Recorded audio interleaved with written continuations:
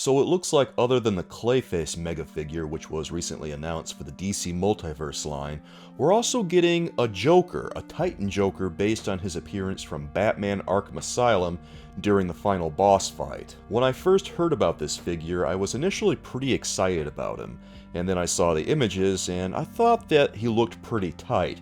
But then after looking at some images of Joker from the video game and comparing them with what we're seeing here in the pictures, I'm a little less excited about it now because there's actually quite a few inaccuracies. I want to start off by saying that the head sculpt that they did for Titan Joker here is actually really good. This head sculpt is amazing. It's a perfect translation of the face from the video game. The sculpt of the body does look pretty nice if you don't have any knowledge of the video games. There's a couple of missing details that really strike me about this Joker Mega figure, and the first of which is the omission of the details on Joker's ribcage, the bony protrusions that are coming through on his obliques in the video game. Those aren't here on the figure for some reason. They're just represented by red and white patches, a little bit of damage to his physique that's done by the Titan drug that he takes in the game, but there's no bony protrusions there, and I don't know why. Considering all the detail that they have packed on this thing, you'd think that a few bony protrusions on the obliques wouldn't be too much of a stretch for McFarlane Toys, but apparently that's what we're looking at here. Is it because of articulation on the chest area? These toys don't really move that well on the chest area, at least Swamp Thing didn't. Darkseid did, but I don't know what the case is for this guy. Judging by the bony protrusions on Joker's back, I have to believe that he probably doesn't have a lot of chest articulation. It looks like Joker's pretty well hunched over, and I don't think he's going to be standing straight up.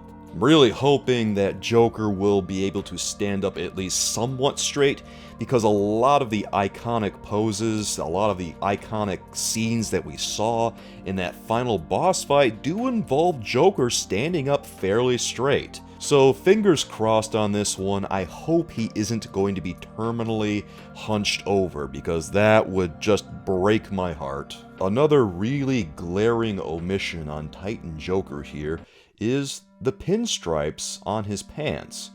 Why would they leave those off? In Batman Arkham Asylum, Joker wears a pinstriped purple suit. Why were the pinstripes just left off?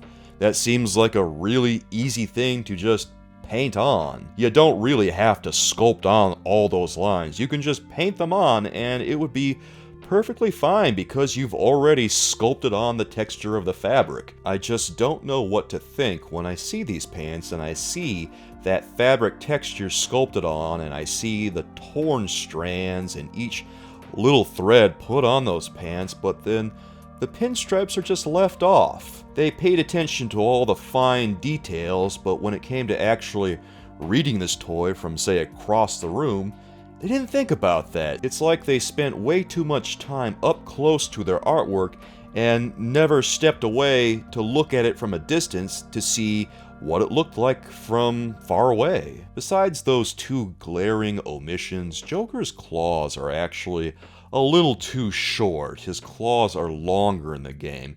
It's not as much as a big deal. It's not as noticeable as those other things were, but when you look at it and you compare the two, it gets to be real obvious real fast. The claws are just not long enough on him. They don't look bad, it still works, but you do notice it. Aside from those things, there are also some smaller details that didn't strike me as being as important as those ones that I just mentioned are.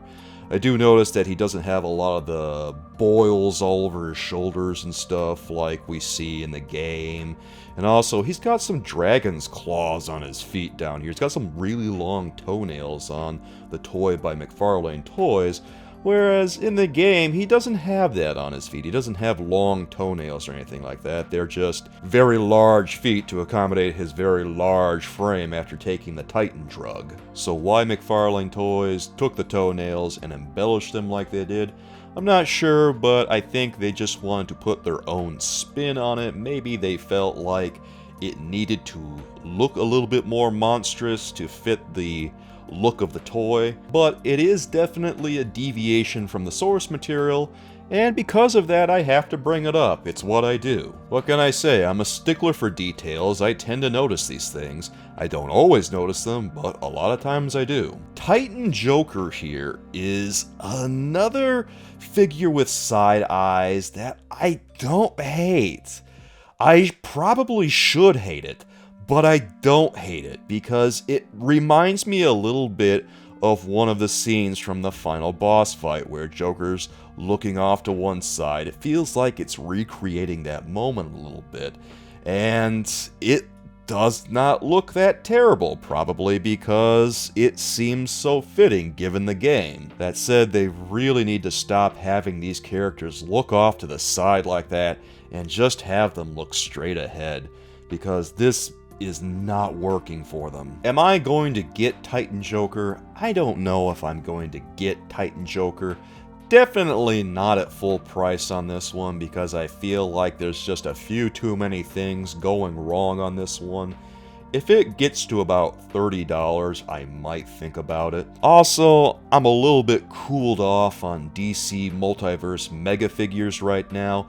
They're a good idea, but after handling the Swamp Thing Mega figure, I was really upset by that one because it was just falling apart out of the box, and I'm really afraid now to get another DC Multiverse Mega figure because I'm afraid it's not going to be all that great. Well, Soulmates, what do you think of Titan Joker? Is this one that you like?